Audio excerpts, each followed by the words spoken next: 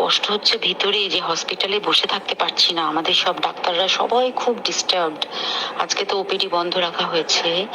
তোরা জানিস সমস্ত ঘটনা শুনলাম, যা মানে সত্যিকারের ঘটনা, যেটা আরজি করের ভিতরের যে ডাক্তার তারা তাদের বন্ধু বান্ধব মারফত এটা ছড়িয়ে মানে এসছে আমাদের কাছে।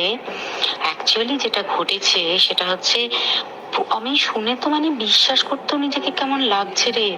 প্রত্যেকটা আমাদের ওয়েস্ট বেঙ্গলের প্রত্যেকটা মেডিকেল কলেজে, বিশেষ করে কলকাতার সরকারি মেডিকেল কলেজগুলোর প্রিন্সিপালরা, ডিপার্টমেন্টাল হেডরা, প্রিন্সিপালরা বিশেষ করে, তারা পাশ করানোর জন্য স্টুডেন্টদের কাছে রীতিমতো টাকা নেয়।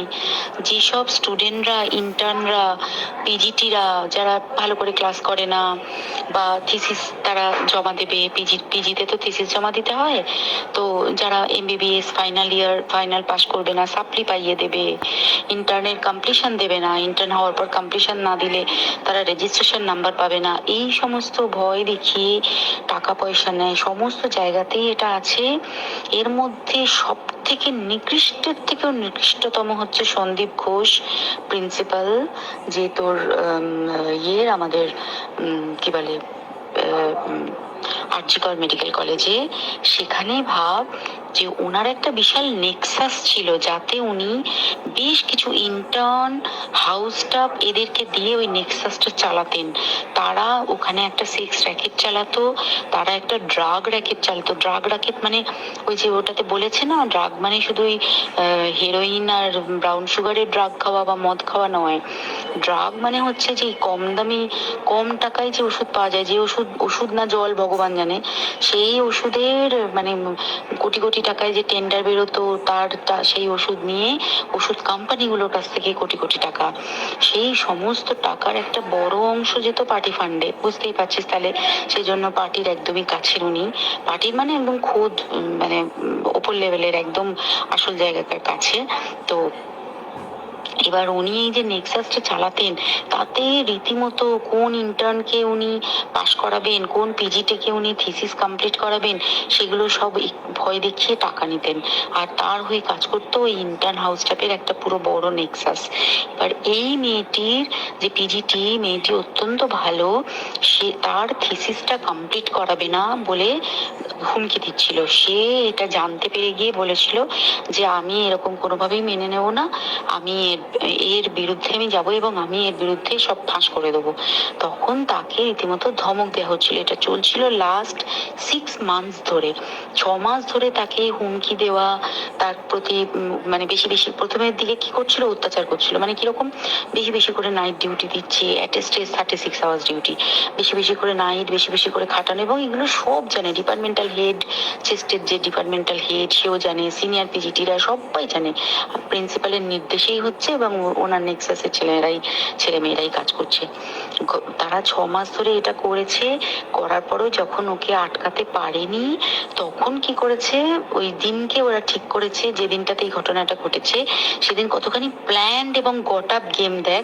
সেই দিন ওই ঘরে, ওই সেমিনার রুমে প্রত্যেক দিনই 4 তলার আরো অনেকেই যারা সিনিয়র পিজিটি বা জুনিয়র পিজিটি তারা কিন্তু বিশ্রাম নিতে যেত, অনেকেই ওই ঘরে যেত।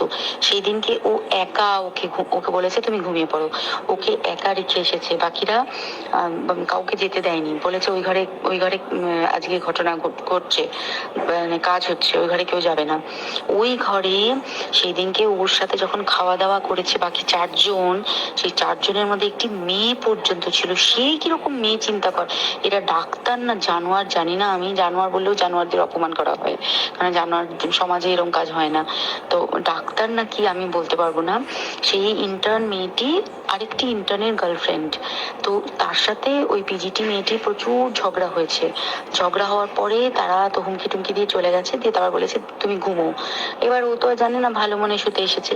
তারপরে তারা গিয়ে মদটদ খেয়েছে, 7-8 জন মিলে চড়াও হয়েছে। এবং তোরা জানিস যে প্রথমে তার হাত দুটোকে দুপাশে 2 জন ধরে রেখেছে, এবং সেই কাজে সেই মেয়েটিও সাহায্য করেছে, ইন্টার্ন মেয়েটি।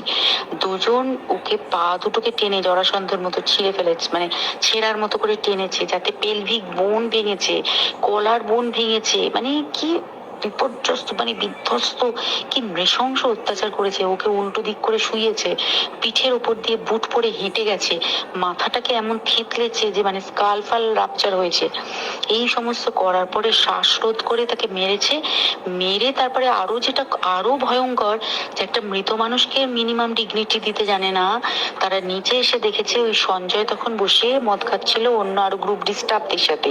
সঞ্জয় ছেলেটা হচ্ছে তার কাটা সঞ্জয় বলতো ওরা, ওকে বলে ফল গাই, মানে ওর একটু ওইসব আলুর দোষ আছে। ও যত্রতত্র যখন তখন প্রস্টিটিউট এলাকায় যায়। এবার দেখেছে যে একে দিয়ে যদি একটা রেপ করিয়ে দিতে পারি তাহলে ঘটনার মোড়টা অন্যদিকে ঘুরে যাবে। এইবার ওকে বলেছে, যা সেমিনার রুমে তোর জন্য রেখে এসছি, যা তুই এবার গিয়ে কাজ করে দিয়ে আয়।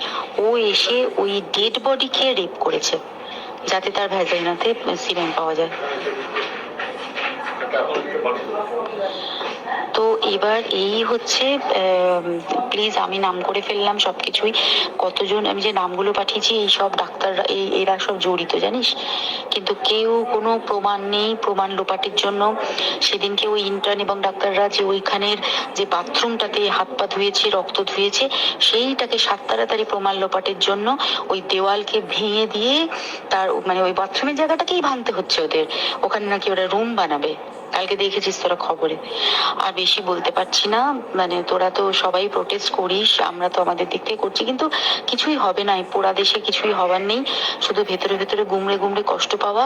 আর আগামী প্রজন্মের যে ডাক্তাররা বেরোবে, তারা যে ইন্টার্ন বা পিজিটি বা যাদের কাছে আমরা যাব ভবিষ্যতে, তারা কি ডাক্তার না কি আমি জানি না, কি নিয়ে তাদের কাছে আমরা যাব আর কি করে বা আমাদের পরের প্রজন্মকে আমরা সুরক্ষিত রাখবো।